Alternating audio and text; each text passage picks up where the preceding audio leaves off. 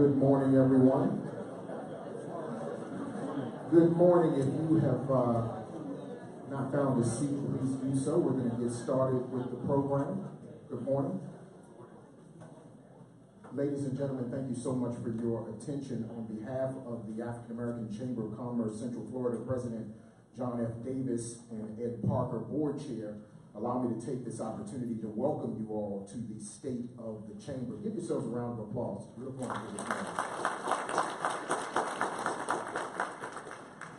I'm LaFontaine Oliver, and I have the pleasure of serving this community as President and General Manager of 90.7 WMFE, the home for NPR News and Information here in Central Florida. And it is my absolute pleasure, thank you, to join you today as your host for this event.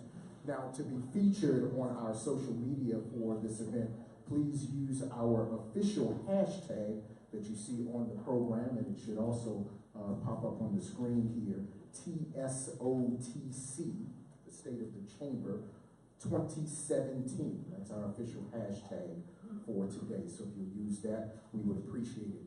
Now, we would also like to take time to acknowledge any elected officials that are with us this morning. I know I saw a few folks, Congresswoman Demings, Representative Regina Hill. Any others that have joined us? Thank you so much for your service to this community and also for your support of this chamber. We appreciate having you here this morning. We would like to extend our gratitude and thanks also to our sponsors, friends, and supporters that have made it possible for today's event. Words cannot express how much we appreciate you and your support of this chamber. Well, without further ado, please join me in welcoming Ed Parker, Board Chair, and Joyce O'Donnell, Chair-elect, to the podium.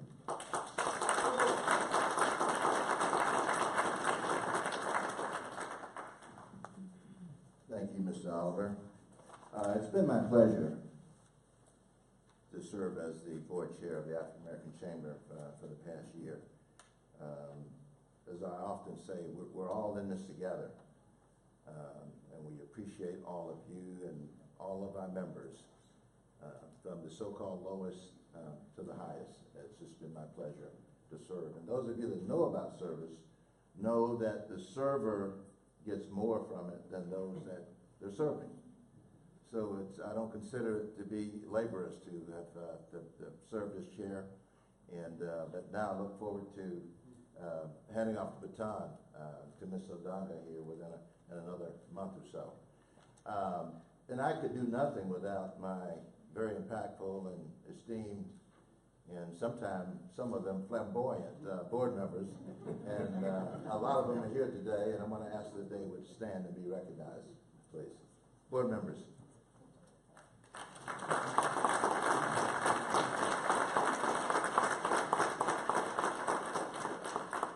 Thank you for that round of applause for them. They deserve it. And again, board, I appreciate the leadership is important, but you know, you need it. It takes a team to do it. So thank you very much.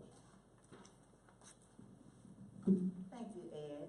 You speak as if you're leaving very quickly.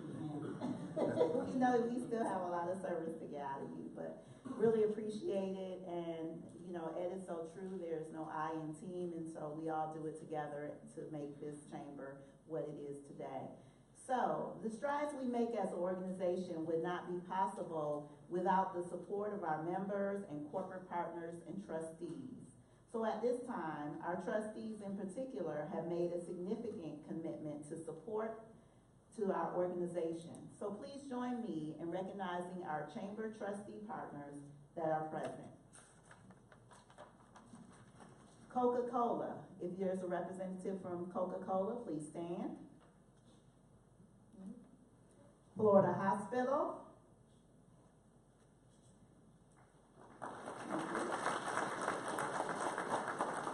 J.P. Morgan Chase and Company.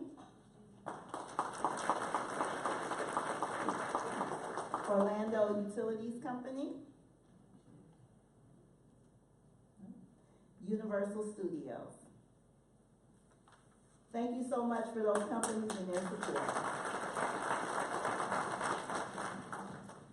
As was said before, we appreciate all of our members because we all interact and work together. But we have one category that is our highest level of support, and that's our founding trustees. Without them, this organization would not be what it is today.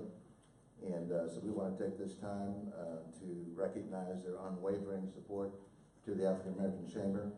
And if there's representative present from these organizations, and I've seen some here, I'd ask that you stand and be recognized. These are our founding trustees that support the African American Chamber at the highest possible level of support. In alphabetical order, I believe, BB&T. Thank you very much for your support. Herzing University.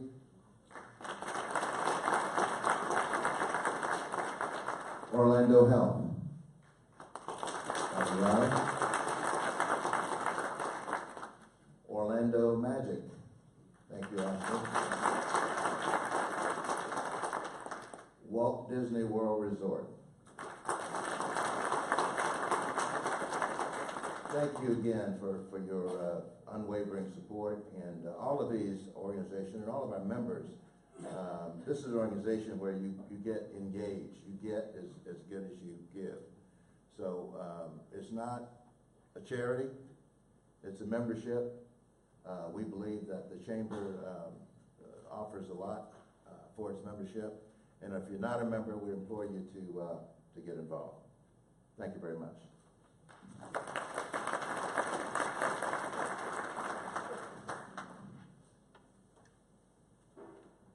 So I know you all are enjoying the wonderful venue today. For those of you who are in this space for the first time, the newly renovated Varsity Club is a part of the Florida Citrus Sports.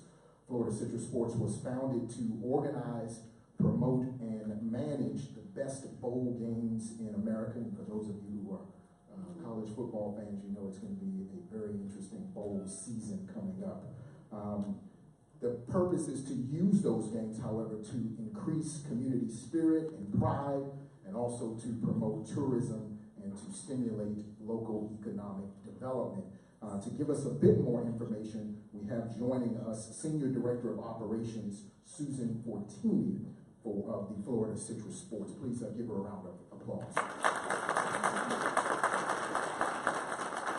Good morning, everybody. Unfortunately, Steve Hogan, our CEO, was supposed to be here, but he got into a little fender bender. Hopefully, he'll be able to join us maybe a little bit later on. I just want to tell you a little bit about Florida Citrus Sports and what we've got going on. As you can see, we just renovated the Varsity Club. It's a beautiful space. It is available to rent, so if you are interested in talking about that, you can see me afterwards. Also, we have 2 college bowl games coming up. The Camping World Bowl, December 28th. That will feature the ACC and the Big 12 or Notre Dame. And the Citrus Bowl on January 1st, featuring SEC, Big 10, or ACC, or Notre Dame. So we have lots of things that will be determined this weekend. We have Selection Sunday where our teams will be announced. We're also a membership organization. In order to get the best seats in the house for those games, you can become a member. If you'd like some more information, you can see Brian Cruz right there at the bar. And right now I'm going to show you a very brief video. It's about Lift Orlando. This is actually Steve's baby, and he's usually much better at doing the introduction of this, but this is a great community program that's happening right in the shadows of the stadium. So thanks again for coming, and we're happy to have you guys.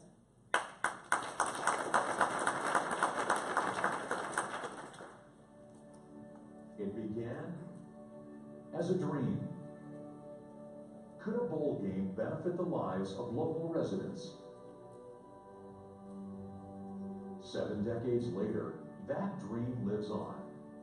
Taking a stadium, a major NFL-grade facility of that nature, and all the national television glitz and glamour goes with it, if you could really steer that towards the betterment of those that live in the shadow of that facility, if it could become a beating heart in the center of that community, is really a story not told anywhere else in the world.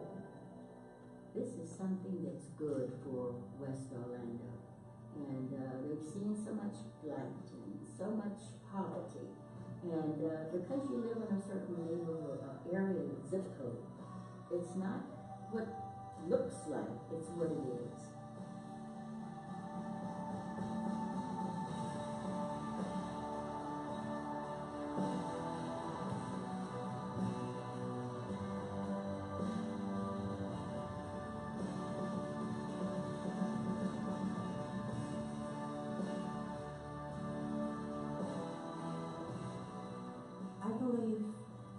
great things are in store for our community.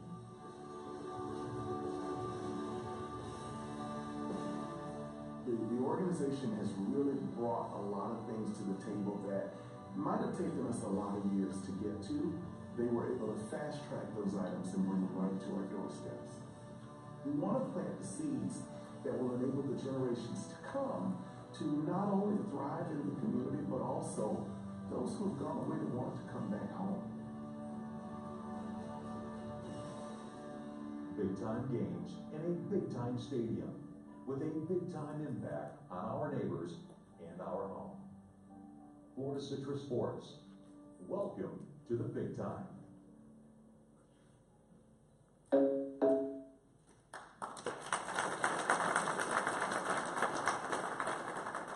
Thank you so much, Susan, and thanks to the Florida Citrus Sports and Lift Orlando and all of those efforts to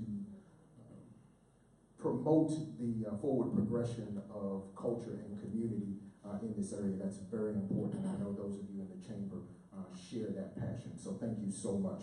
Again, as a reminder, please make sure you're using our social media hashtag TSOTC 2017. Now, it is with great pleasure that I introduce our first speaker of the morning, Alvin J. Collins. He's the president and CEO of McCoy Federal Credit Union and has held that position since 1985. McCoy Federal Credit Union is a community credit union with more than $500 million in assets, over 63,000 members. Al is serving and has served in various community organizations in a multitude of capacities for his 40 years in the Orlando area. Let us welcome to the podium Alvin J. Collins. Thank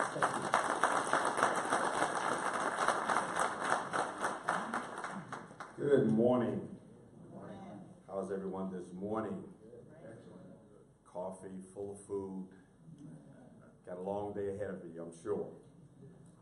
I also serve currently on the Consumer Depository Institution Advisory Council for the Federal Reserve out of District 6, which is in Atlanta. And I also serve on the National Board of the Consumer Depository Institution Advisory Council for the Federal Reserve in Washington, D.C. And just recently, last week, we had our meeting in Washington, D.C.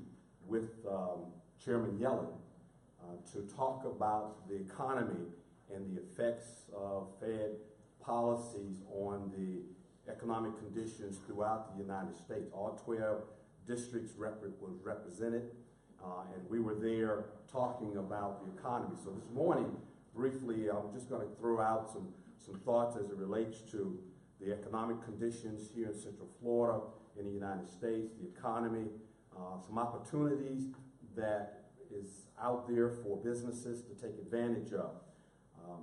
From the meeting, you're aware that Janet Yellen, who is the current chair of the Federal Reserve, is stepping down, and the President Trump has assigned or has nominated a new chair, a gentleman by the name of Jerome Powell, who's currently on the Fed board and will probably be confirmed in January to be the new chair.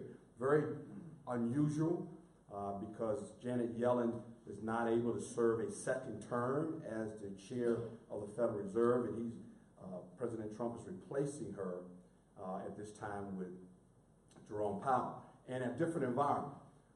Past federal chairs have come out of academia. They're doctors of economists and economics. They're professors at universities. If you go to Banneker, Greenspan, that's been the history of the person who is running probably one of the most powerful positions in the world, because our economy basically leads the world economy. And how we move is how the world economy moves. If we have a cold, then the world economy has the flu. And so it happens that Jerome Powell is not an academician. He does not have a doctorate degree. He comes out of investment banking environment, car sales environment, and so there's concern that will he continue the path currently that the Federal Reserve has, the course of monetary policy that the Federal Reserve currently has. Because with the policy currently, the economy is growing very, very well. The growth of the economy is about 3% in growth. It's performing very, very well. We expect interest rates to continue to rise. We will probably see an interest rate rise in December when the Fed meets. They will probably move Fed rate about 25 basis points. We know the Fed rate's about 1.25% right now. They'll move it 25 basis points in December, and expect at least 3 interest rate raises in 2018. We expect to see another 75 basis points worth of interest rate rises throughout 2018. The goal of the Fed is to get to about a 2% rate. And the reason there is that they believe that there will be another bubble that will take place at some point in time, and they need to have cushion to be able to bring rates down when that occurs. And if you had a zero interest rate environment and you have a bubble that hits, then you move into a negative rate environment like the European nations are.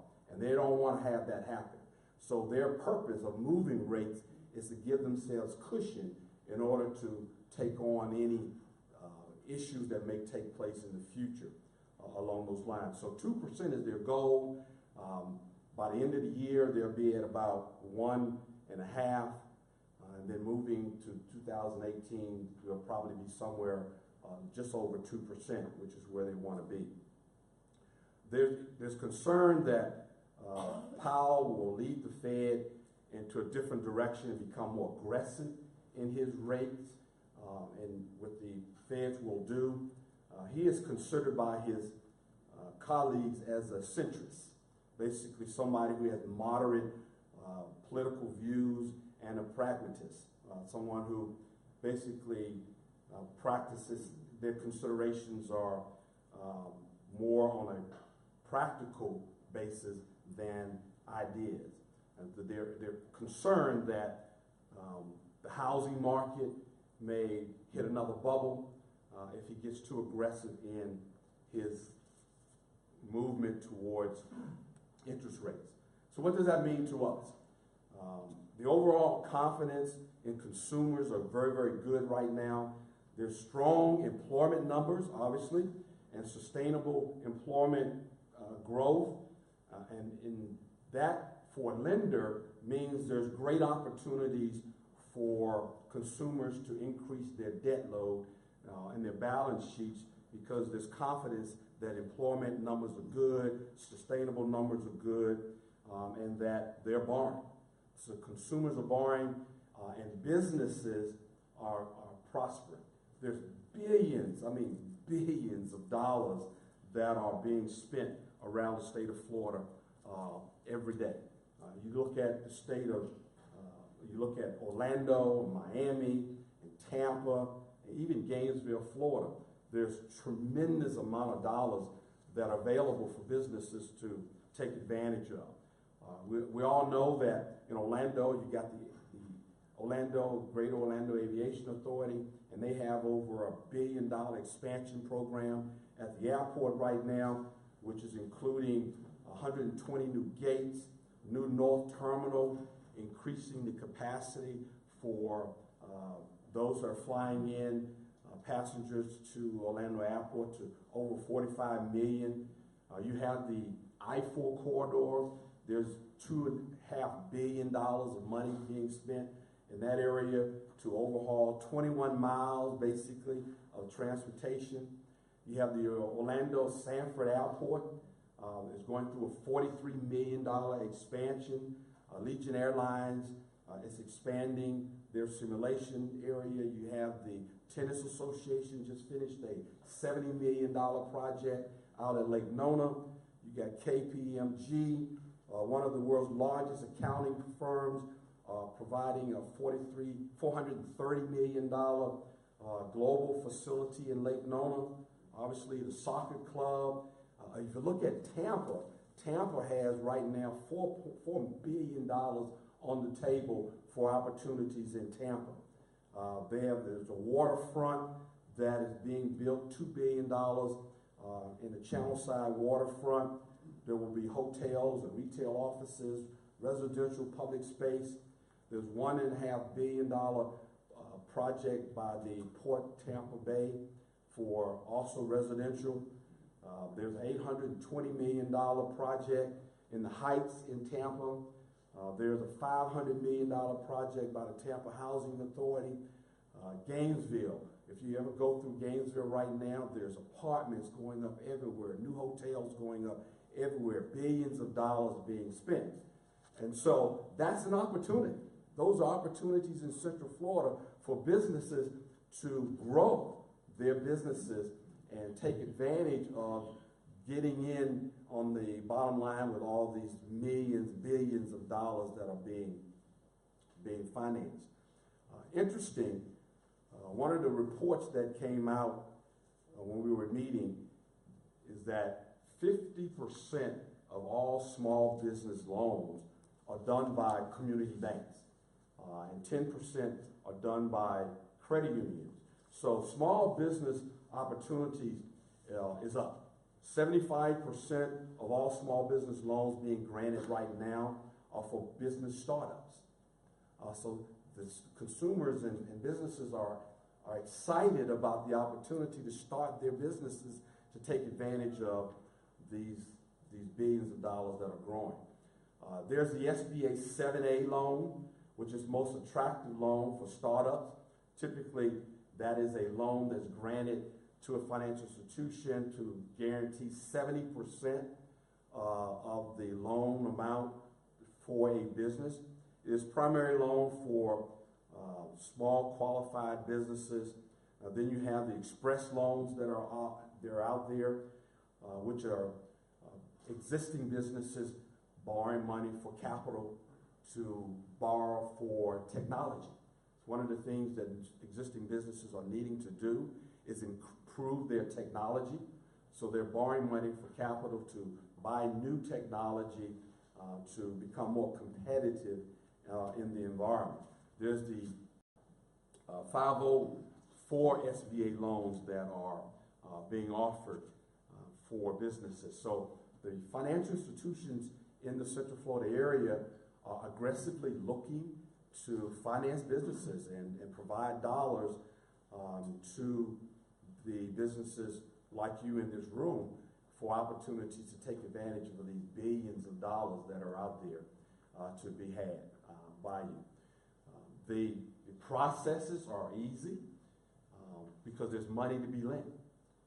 The interest rates are been low for so long that there's not a lot of money that is left of the institutions. So most institutions are heavy in deposits and need to get those deposits out there.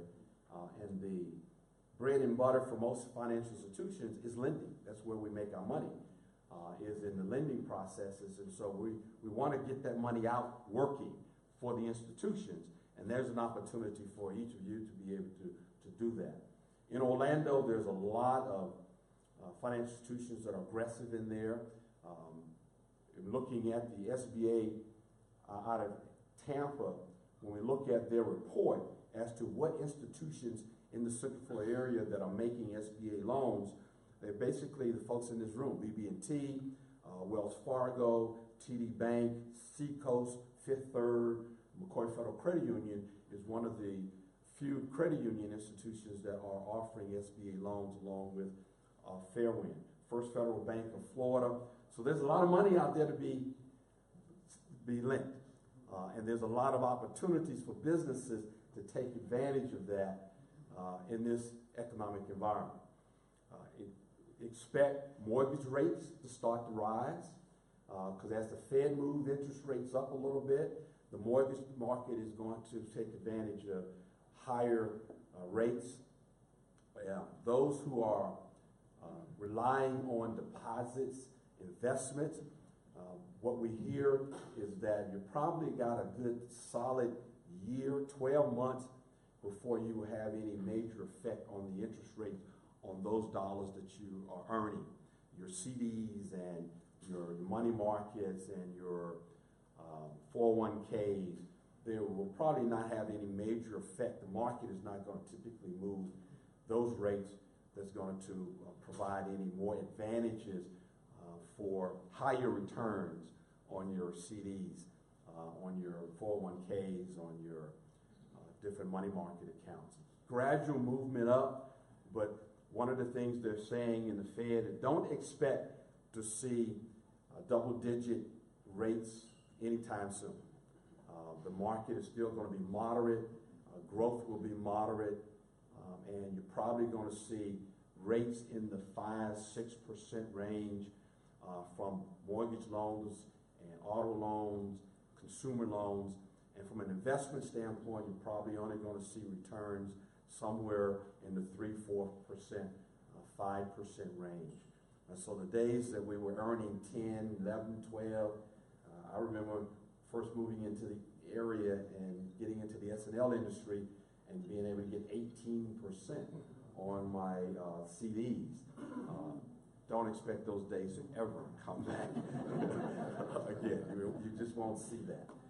But you probably will see single-digit mid numbers in the 5, 6, 7% range along those lines. So we're going to have to adjust to those type of economic conditions. So the economy is doing well. Economics in Central Florida is doing well. Billions of dollars that are out there and available. The consumer's confidence is high. We don't believe that the taxation issues are going to be any problems moving forward from an economic standpoint. And we keep our fingers crossed as to what the president what he will do that will create anxiety and problems for us in the United States. So with that, that's the state of the economics and economists.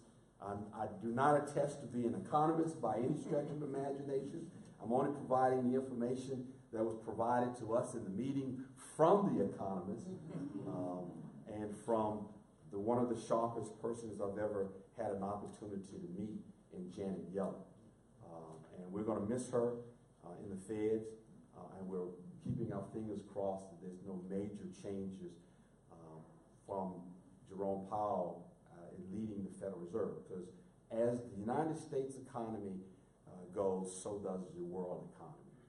We are the leaders in that aspect, and so we got to be careful as to what we do here in the United States that affects the world. So banks got the checkbooks out. We're ready to write some checks. Your businesses out there, there's some opportunities to make a lot of money. And the window is short and small. You won't see this environment over the next 10 years. Probably within the next 5 years, you have those opportunities to take advantage of it. So good luck to you. Come see us. Doors are open. We look forward to lending out as much money as we can.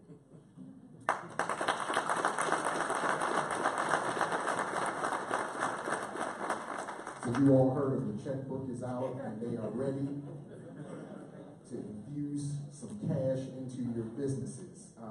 Thank you so much, President Collins, for that information. And I hope you all realize how important it is to have someone with that level of access, Federal Reserve, right here in our community. So thank you very much for taking time to give us that economic outlook, look at monetary, fiscal policies and things that are going to be affecting the environment going forward. Shameless plug here. You want more of that each and every day on 90.7 WMFE. Tune into the marketplace so that you keep up on what's going on with our economy. So you want to do that. Next up, this introduction gives me great gratification in an era of economic and fiscal challenges. This gentleman has led efforts to expand the influence of the Chamber in Central Florida. It has been an inspiration to watch this gentleman working closely with the board of directors to produce sound, long-term economic growth for this chamber. As a leader, he is paving the way for this chamber to increase prominence and growth. Without further ado, I would like to invite the president of the African American Chamber of Commerce, Central Florida, my colleague, who I am honored to serve this community with. Ladies and gentlemen, would you join me in standing to your feet to welcome to the podium John Davis.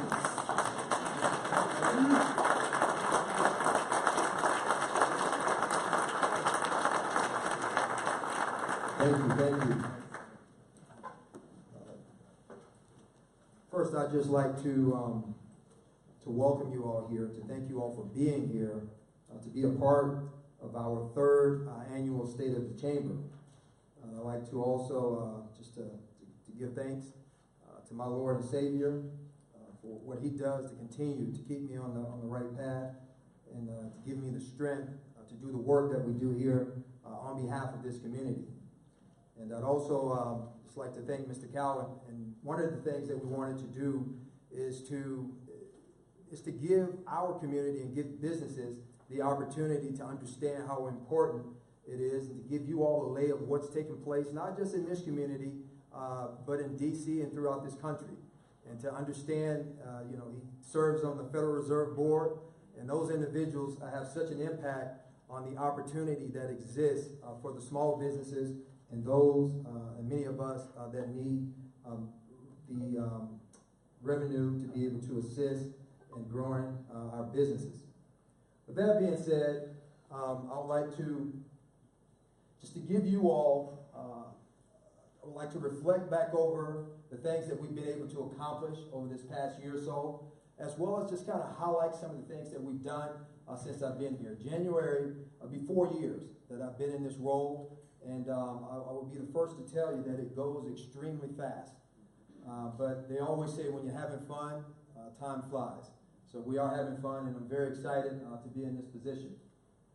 What we have here, 72 years, 40 community partners, 29 board members, 20 strategic partners, 15 ambassadors, 10 trustee stakeholders, 6 counties, 5 chamber team members. What this adds up to is one organization, and that organization is the African American Chamber of Commerce.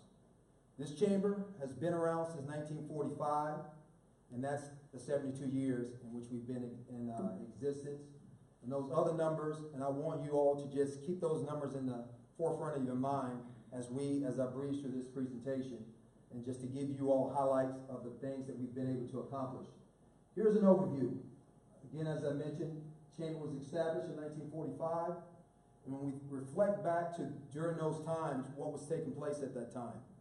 And we had leaders, visionaries, individuals like Z.R. Riley, Jerome Adams, and many others that had the opportunity to meet with the Orlando Chamber, the big regional chamber that's been around for over 120 years or so, to meet with them to talk about opportunities here in this community.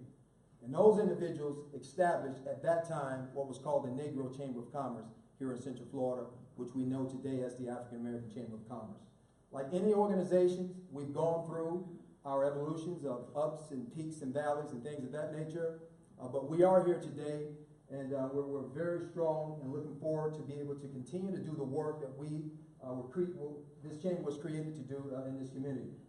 Our mission is to be the principal leader and preeminent, to be the principal leader and the preeminent advocate on behalf of fostering economic success for our businesses as well as this community. And if you ever have the opportunity to look back at the history of this chamber, community was extremely important to the leaders and these founders and those visionaries of this chamber. Of course, businesses, and that's what it was all about, but nothing stopped with just businesses. It was about holistically making sure that this community was on a sound footing to be able to be successful holistically. Our vision, pretty much self-explanatory as far as the work that we're doing here. Our values, everything that we do here revolves around these values. It's very important. I don't care whether it's the chamber, the OEP, or any other organization, collaboration is extremely important. Innovation. We'll continue to see innovation. We've talked about that. I know we're on social media, we're on Facebook, and we're continuously creating, making sure that we have the proper tools in place to make life a lot easier for our members that are involved with this chamber. Integrity, excellence, and development. Those are the core values of this chamber. The work that we do, and some of you all have heard us speak about this, everything revolves around these 4 pillars. Advocacy. It's very important to make sure that you have representation from DC to Tallahassee to this local community, and the individuals that are advocating on behalf of our businesses as well as this community, and that's what you all pay me to do. So every day I'm out here advocating, along with work with our board of directors and others, to make sure that we're at the table and making sure that our members have the opportunity and the tools that they need to be successful. Access to capital. We just got a presentation on the access to capital, on the state of the capital, of capital, what's taking place here. Contracting. When you think about the opportunities here in Central Florida, and you all have a chance to hear from some folks later on the opportunity and contract opportunities in which our members have been able to obtain. That's what we serve to do, and that is to make sure that our members have a chance to grow their businesses and be successful. Entrepreneur training and development. Every single day, we're working with, whether it's a startup business of individuals that have been in business for more than 5, 10, or 15 years. Whatever we need to do to have the tools and working with the partners that we have to make sure that you all have the proper training and development to have the capacity to be a part of any project that's taking place here in Central Florida. I'd like to give you all just a behind the scenes of the makeup of this chamber. Of course, our board of directors.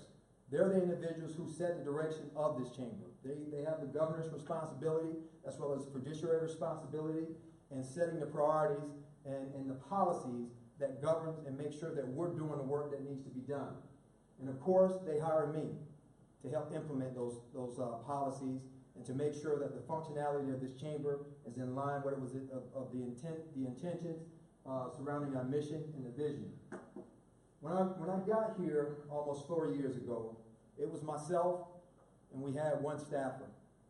Now today, we look at, and I'm so excited to know, because of the leadership of the board of directors and the trustees that we have and our members, we now have 3 full-time staff members and we have 2 part-time members. And I love to talk about how important it is of what's needed here at an organization like this chamber, in which we talk about the 3 M's. We talk about membership, we talk about manpower, and we talk about money. It's important for us to be able to have the resources to fund the programs and the work that we do. You gotta have the manpower to do that, you need the money, and you gotta have membership and being a membership organization. And we're very excited to say, as we continue to grow, and the support that we get is allowing those 3 things to come to fruition as we move this chamber forward. Here's just a recap since 2014, and me coming on, being in this position and working with the board of directors. One of the things that we talked about doing is creating a turnkey organization. How do we begin to create an organization that is bigger than John Davis, that is bigger than any of these board members? This is the community chamber. We just have we've just been blessed to be in this position to represent on behalf of this community. So the organization excellence piece has taken place. We now have a 5-year strategic plan in which most of you are familiar with. We now have a business plan. We have all the tools and the resources in which if something would happen to John Davis or any of these board members, this chamber will continue to move forward. Those things we've been able to accomplish, and internally we've been able to put the resources put the tools in place to make sure that our members have the experience that's necessary to foster economic success for them.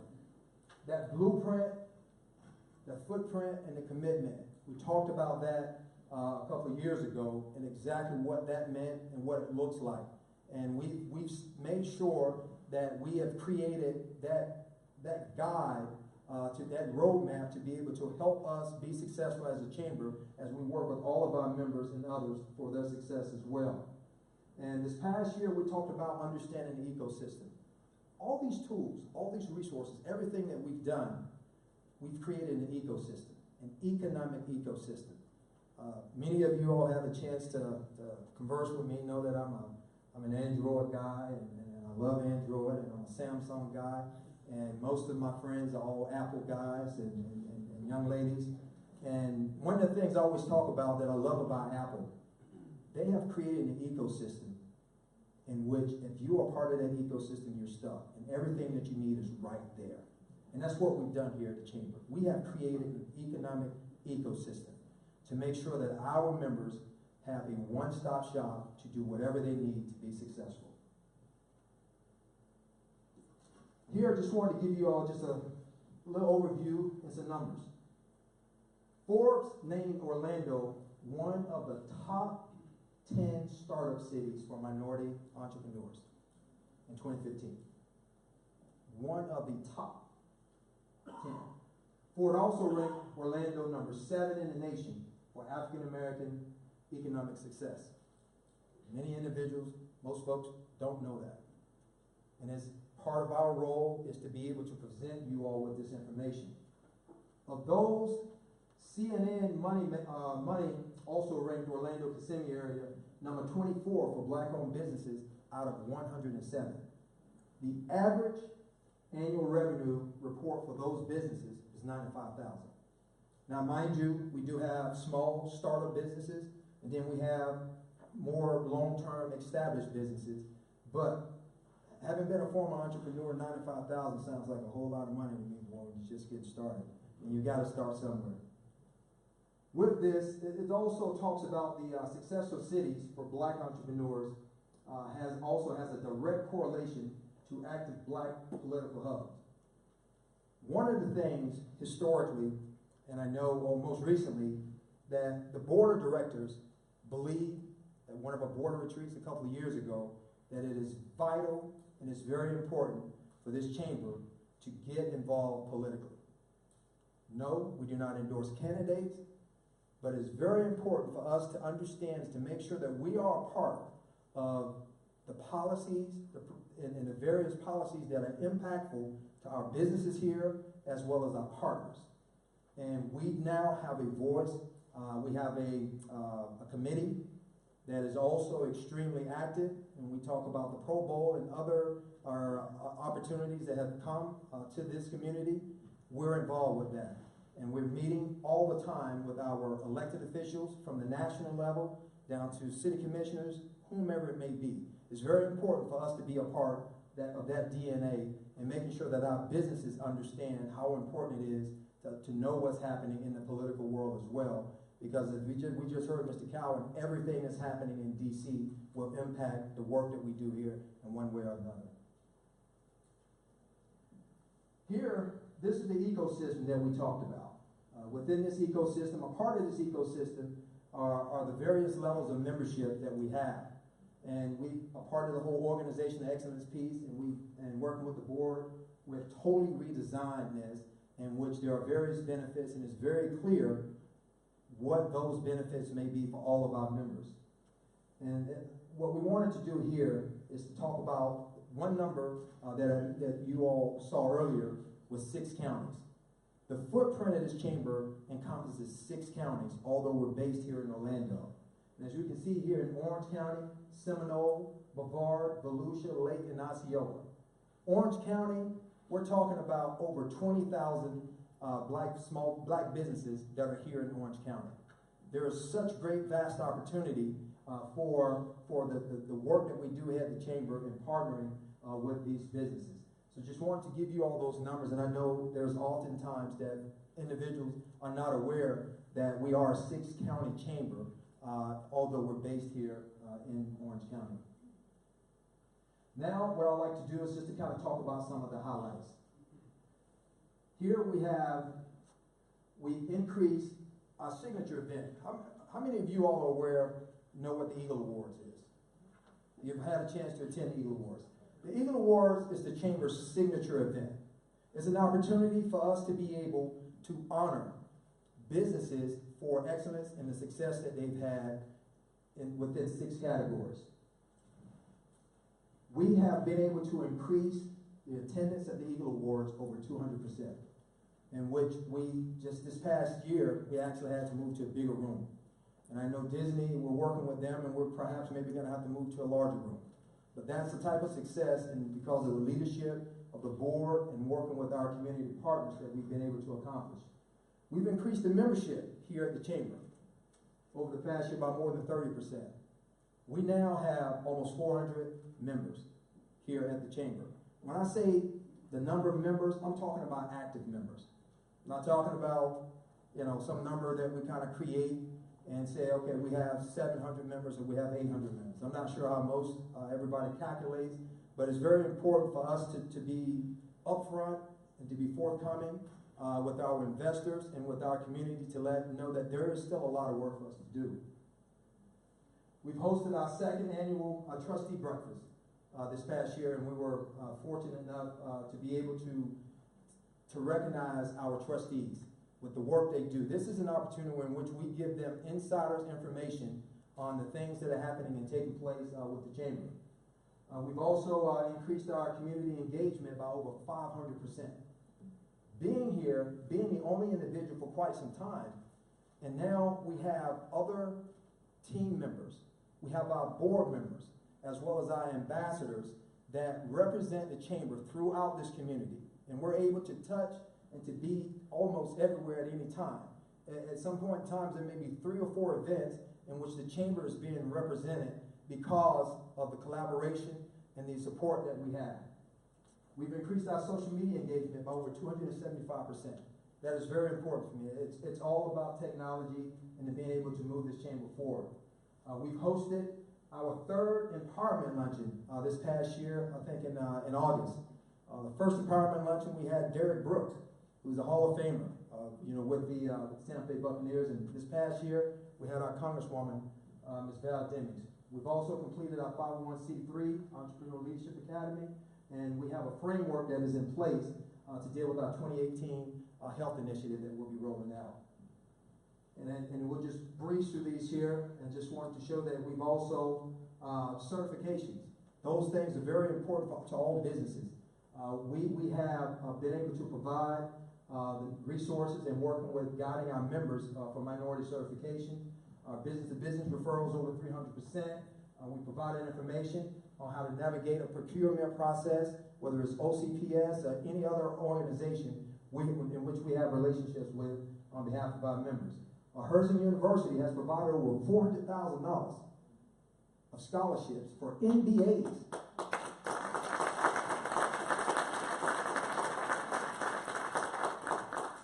In which 20 of those scholarships was individuals and members of the African American Chamber to be able to advance their degrees. And we're very thankful for Herzing University for that. Our communicator, in which Al spoke about, we're talking about billions of dollars in which we're at the table and working with on behalf of our members to try and create those opportunities. We've hosted various education and development events, and we've also secured initial funding for what we call our CUBE program, which gives our members an opportunity to be able to check in and check up on their businesses, in which Orlando Health has given the funding to be able to assist small businesses. For community involvement representation on various boards. This is so vital and important. The Chamber has a seat in which the Orlando Economic Partnership has gifted us a seat, in which our chair, Mr. Ed Parker, sits on that board. So anything that's happening here in Central Florida, that's coming in Central Florida, that's going to happen 5 to 10 years from now, the Chamber is aware of what's happening and what's taking place. And we're fortunate enough to be able to have that partnership. We also have a seat on the United Way Board, Career Source, Orlando Regional Chamber. There's nothing that's happening in Central Florida that the African American Chamber is not aware of, and we're being able to relay this information back to our members. Representation on various committees, Pro Bowl Committee. We were fortunate enough to be a part of that process, and we were awarded a seat on that committee, on the steering committee, in which we work, in which Lena Morris, in which we work with our members to be able to help award them with opportunities. We're talking about our community partnerships, BB&T, in which we did a day of service with them. Lift Orlando, we're working with them. Faith-based organizations, government officials, and a litany of opportunities and partnerships in which we do on a daily basis to be able to help our members. I had a chance to attend the U.S. Black Chamber, the Chamber Management School. During that time, we had a chance to talk about some of the obstacles and the challenges that businesses face. And there's typical 3 things that was discussed, and that seems to be pretty universal on most businesses, whether it's minority businesses or just businesses in general. And those 3 things, we're talking about capital, access to capital, being able to have access to capital. We're talking about your location, and we're also talking about information and opportunities. There are over 600 individuals that walk through our doors since the last State of the Chamber. And if any of you all visit us, we always encourage you to visit us at the National Entrepreneur Center. Over 600 individuals that have walked through our doors. And of those 600, over 85% of the inquiries pertain to access to capital, access to information, and location. Those are things that were very important to our members or potential members. It's been reported by various organizations as well as the SBA that over 30% of new companies fail in 3 years and 50% in 5 years. And many of us have heard that data, those statistics. And much of it is contributed to the startup for the wrong reason, poor management, insufficient capital, location, and a lack of planning. With that being said, you've had a chance to get some highlights on things that we've done over the past year or so, and to recognize some of the challenges and the obstacles that most businesses are facing. I'm excited to say that we're going to be kicking off what we call our Project Silo this year in 2018. And the work that we do will be, this is all based around our strategic plan. We have listened to our members to understand what their needs are, and working with our board and working with other organizations as well as our community partners, our elected officials, some of the same challenges that we talk about and which they're dealing with every day. And with Project Silo, we're going to be focusing on access to capital. We're going to be focusing on access to information. We're going to be focusing on location, in which we'll talk about that in a minute, as well as opportunities for our members. A study found that minority-owned firms are less likely to receive loans than non-minority-owned firms. This data around capital just kind of explains and talks about some of the challenges that many of our businesses have. We know that there are some challenges, and many of the minority businesses that are trying to obtain this capital are dealing with various rejections for whatever reason it may be. That's the reason why it's important to be a part of the chamber. What we do, we work with our members to help vet them. We're going to be brutally honest. If you come into the chamber and you talk about you need access to capital, and you don't have your documents together, you don't have the necessary information to be able to go into a bank, whether it's a traditional bank or a non-traditional loan, we're going to work with you and say, hey, listen, you're not ready. Let's work on making sure that when we go into this bank, that we want to take away all excuses. And those are the things that we're going to be doing and working with them. Here, just wanted to highlight, we actually have 4 major banks that serve on the board as board of directors here for the chamber. We have SunTrust, we have BB&T, we have Wells Fargo, and we also have JP Morgan Chase, as well as having corporate partners that we work with, like McCoy Federal Credit Union, as well as other micro lenders like BBIF. And also we'll talk about with BBIF next month, we're going to be doing a loan-a-thon with them.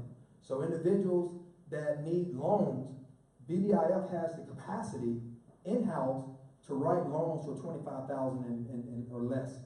But again, You gotta make sure that you have your documents and you have everything in place. And the chamber will be working with those individuals on that day in which they can approve those loans. And for greater loans, of course, there's a different process for that, but those are the type of things that we're doing because of the relationships that we have. When we talk about capital, access to hard capital is very important, but also in working with the chamber, we have what we call social and human capital. There are other organizations in which we work with that creates opportunities, although it's not monetary, for our members to be able to prosper and to grow as well. Access to information. We talked about this, and this is basically just wanted to make sure that it's important for your voices to be heard. And we talk about, despite the phenomenal growth over the last decade for minority businesses, and by the way, black-owned women-led businesses have led the way with minority businesses. Having that information, because we are a hub, we believe that it's vitally important to make sure that all of our members are involved in what we're doing. And we talk about information. I've had a chance in which here I was up in Tallahassee, was invited to the governor's mansion to spend some time with the governor as well as some other community leaders from our Central Florida community to talk about specific things pertaining to small businesses and things that we can do and which they can do to help this community, especially the minority community. And here, as we can see, we talk about the chamber. We also serve, as I mentioned before, as a community hub. We're located at the National Entrepreneur Center. There we have 13 resource partners. And when our members are there meeting with the team, we're able to utilize partners like SCORE, to utilize partners like the small business, the SBDC, as well as others.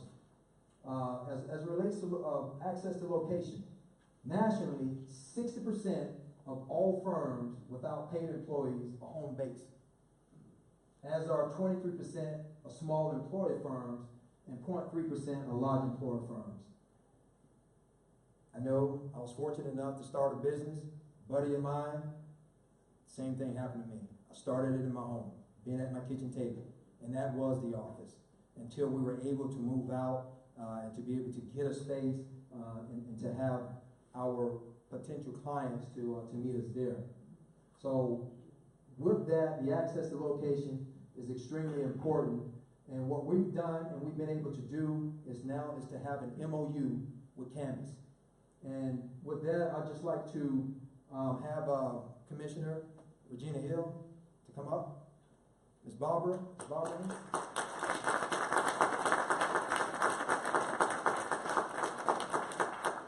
I'm asking Commissioner Hill to come up because Commissioner Hill has been very instrumental in working with Canvas in finding to create a location here in Paramore. We have an MOU, the Chamber, with Canvas, and I'll just let them say a few words before I wrap this up. Ms. Barbara? Hi everyone, my name is Dale Moore. I'm the Manager of Operations and Programming at Canvas. We are a nonprofit co-working space located in downtown Orlando as well as Winter Park, and we're excited. We recently opened a location in Paramore in the UCF Center for Emerging Media to better serve residents and aspiring entrepreneurs within Paramore and the greater District 5 area. We provide a co-working space for up-and-coming businesses, growing businesses.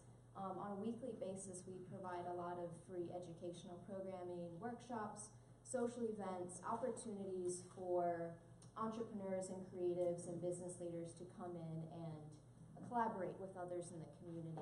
Specifically with our new location in Paramore, we're excited to be offering scholarships thanks to the City of Orlando and specifically Commissioner Hill for residents within District 5 that want access to this collaborative and innovative space and access to educational resources for starting a business. So thank you all for letting me take a few minutes of your time. Thank you. I'm excited for the collaboration of Canvas, and I thought adamantly about bringing in the chambers from the concept. How did Canvas Paramore come about? I'd like to thank Kevin Edmonds. Can you stand up, Kevin? really quick?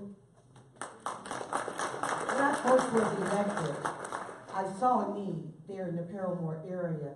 While there's great revitalization going on, also what's going on is that minorities, especially African Americans, can't afford rental space there anymore. So what did we do? We went throughout Florida, and Kevin helped me, and him and Walter and Thomas with research on how could we put together a business incubator. Originally, I wanted an office space of businesses there in the Paramore area, but they convinced me to start off small with this pilot program to where we could bring in minority businesses, also more so African American businesses, to help them develop themselves and from conception until the end. You know, a lot of people come with ideas, but they don't really know what they want to do. So what Canvas does is help develop businesses, small businesses. One thing that I do truly believe, the best social program is a job. So while we're putting social programs together, let's put small businesses and these felons. That's who I wanted to truly focus, to be honest, was people that could not go into corporations and get a job, but they were good with their hands. Maybe they needed a small detailing business. Maybe they can do tile properly. And we put this sharing space together, and I think it costs about $200 a month. And with my scholarship, some of them are free. And they have their own office space. They have their own printing office. They have their own sharing space. This is a whole lot different than Canvas Winter Park or Canvas Downtown, because that was tech related. This is small business related. And I just want I'm so nervous. I'm so nervous. Usually I don't get nervous, Mr. Davis. But this was such an important program that we have there in with Canvas, to where I think Paramore is going to be greater because of it. When we talk about gentrification, I think this is a way to circumvent small business gentrification in Paramore. After we grow them, we'll put them in some offices there. Another thing is MEBA. There's MEBA funding. There's so many grant opportunities for Paramore, African American and Hispanics and females. And if we don't have space, and if they can't have space there, that funding will be exalted. So this is a way, and I just think to where we will be greater because of Canvas and African American.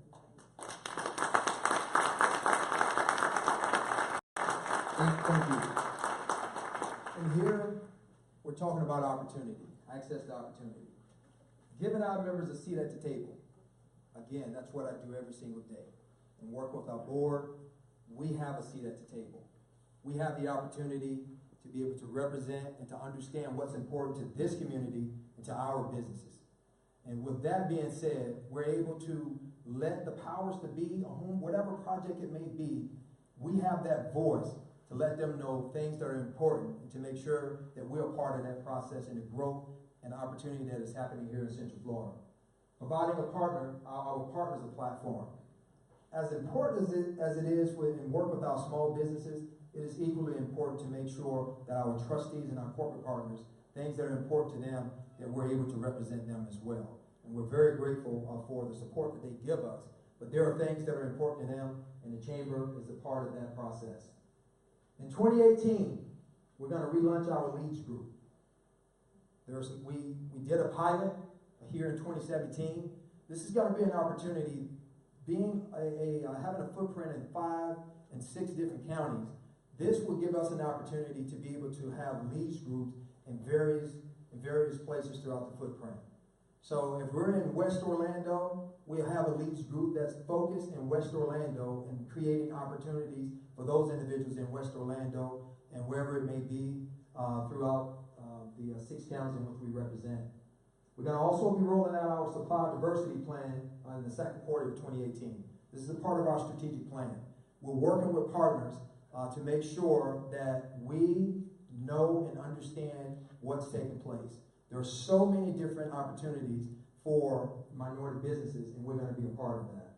We're gonna also continue our certification process. And we also have scholarships, as we mentioned, that's been provided by Orlando Health to help with certification. So there are businesses that need certifications in which Orlando Health has said, listen, this is also important to us. And we're gonna provide scholarship opportunities through the African American Chamber as well as other entities in which they work with. Our health initiative is going to be rolling out, in which we're working with Orlando Health, Florida Hospital, and Florida Blue. And all I can say is just stay tuned. It's going to be something that is very exciting within our community. We're going to continue to maximize our community and strategic partnerships on behalf of our members. With that being said, and on behalf of the board of directors, our trustees, our community partners, our members, and staff, it has been an honor and a privilege to be able to present the 2017 State of the African American Chamber of Commerce.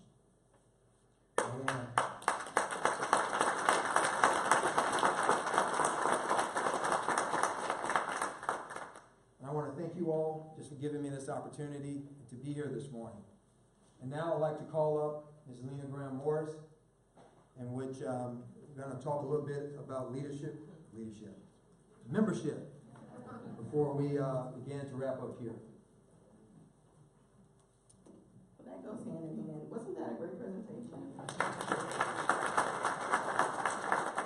So I want to piggyback. I just want to say very quickly that African American women-owned businesses have been coined the leaders. They've grown 80% in the last 10 years, right? $36 billion in receipts last year.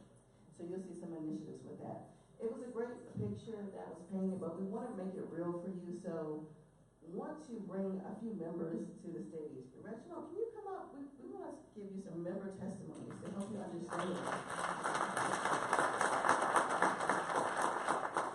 So would you do me a favor? Would you tell the audience your name, your business, and what you do? Good morning, everybody. Reginald Parks, Reality Marketing Group. I'm owner and lead designer there. We help companies to scale through their marketing, through their execution of branding and so forth. I definitely wanted to stress a few points, as well as just how important it is to be a member of the chamber and how it's been impactful to my business, me as an individual, and so forth. I have a few minutes of a note, guys. So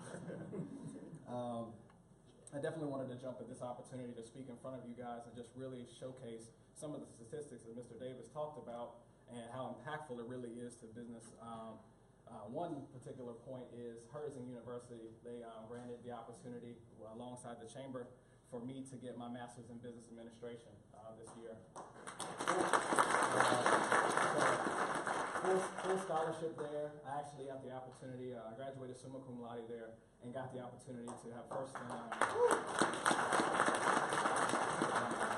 got an amazing opportunity to represent the first hybrid program there in MBA and speak as the commencement speaker at my graduation. So that was a lifetime experience. Big ups to Herzing. Hopefully you'll see a campaign. I'm actually a part of the campaign for their national campaign coming soon. So in addition to that, I wanted to speak on the business side as well. As far as Reality Marketing Group is concerned, Mr. Davis spoke on a percentage of companies. There's 30% of companies that don't make it really past their first 2 years. We're going into year 3 now, basically because of the chamber. So with that being said, some of the certifications in which he talked about earlier too, through notifications and so forth, through the chamber's membership, I was able to receive MBWE for our company. We were able to then secure a few contracts, which then allowed for about 20% of our revenue in the fiscal year of 2017. So that allowed my company to continually scale and is continually helping other companies of all the members, which Mr. Davis spoke of, scale.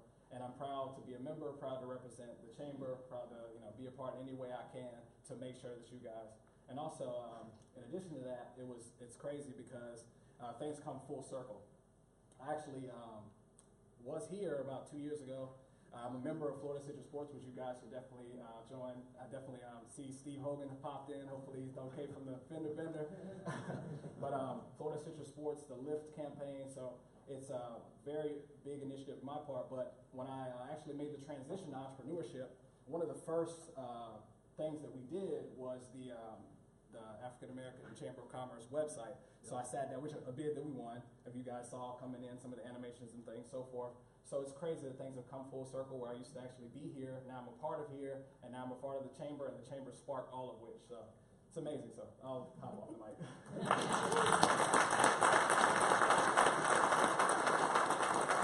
So, Reginald, let's just be clear. You received an MBA because of your membership and increased your business bottom line by 20%.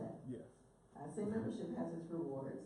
Okay, so I also want to bring this gentleman to the stage, Mr. James McClain. He's going to give you just a very brief testimony. Hi, James. Thank you so much for joining. Could you tell our audience your name and your business and how you found out about the chamber? Hello, everyone. My name is James McClain. The name of my company is called Paint Quest LLC. We do residential and federal contracting. I got a lot of help from the chambers. They actually gave me some connections with a big company called ACY Contractors, and I'm actually doing a lot of quotes with them. So everything is going pretty good. I mean, thankful for the chambers that I have all these different connections and people to network with. It's really good, and I actually got my MB and DB certification.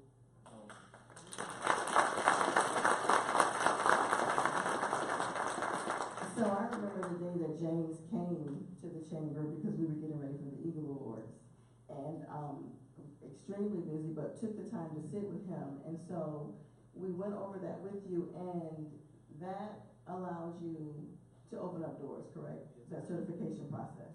So I want you to stay to the stage because our last member that we're bringing up Mike for ACY, because sometimes you want to talk about testimonials, but what about when you become established and you can give back? So we talk about the company, one of the companies we connected James with, and so this is Mr. Michael from ACY. He is a loyal member. Can you tell the audience just a bit about your company and how you have utilized the chamber to reach out, be a mentor, and provide business opportunities?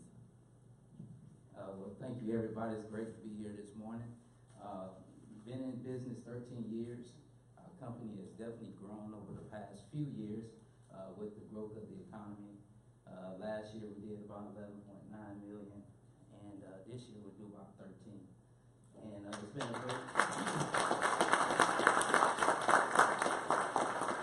been a great opportunity to be a part of this chamber over the years, starting out with just the training. One thing about the chamber, if you want to be a legit firm, you need to be a part of the chamber. The training that's available, also the coaching, the business development piece, the fact that a few months ago that the vice president of sourcing at Disney, Richard Worthing, and his other staff members who work with the chamber was in my office. Not that I was at their office, they were in my office. I say that advocacy is working. And so we thank the chamber for that. Membership has its privileges. And to be able to now work alongside with James and give him future opportunities to grow his business, that's what it's all about. And so even as we performed on Jones High School, the athletic fields that hopefully we'll finish someday soon, you know, we provided about $4 to $5 million of construction dollars to small minority-owned businesses just on that project alone. We also, my wife and I are also looking at continuing our efforts with the mentorship program to help other small businesses along the way. So whether you're talking about a company like Quest, that's a member, or a company like CK Flooring, Cameron, Salisbury,